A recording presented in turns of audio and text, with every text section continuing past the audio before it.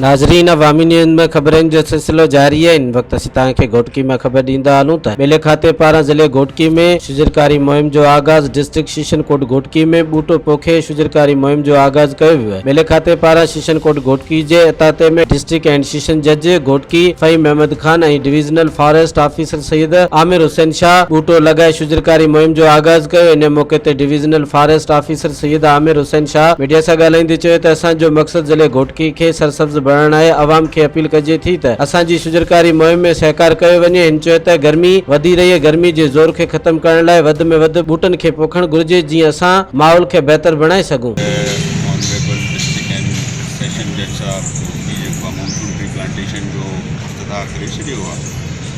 इन सिलसिले में सोशल फॉरेस्ट्री डिवीजन घोटकी जेको आहे टारगेट आहे असांजो उहो 2,50,000 प्लांट्स जो टारगेट आहे।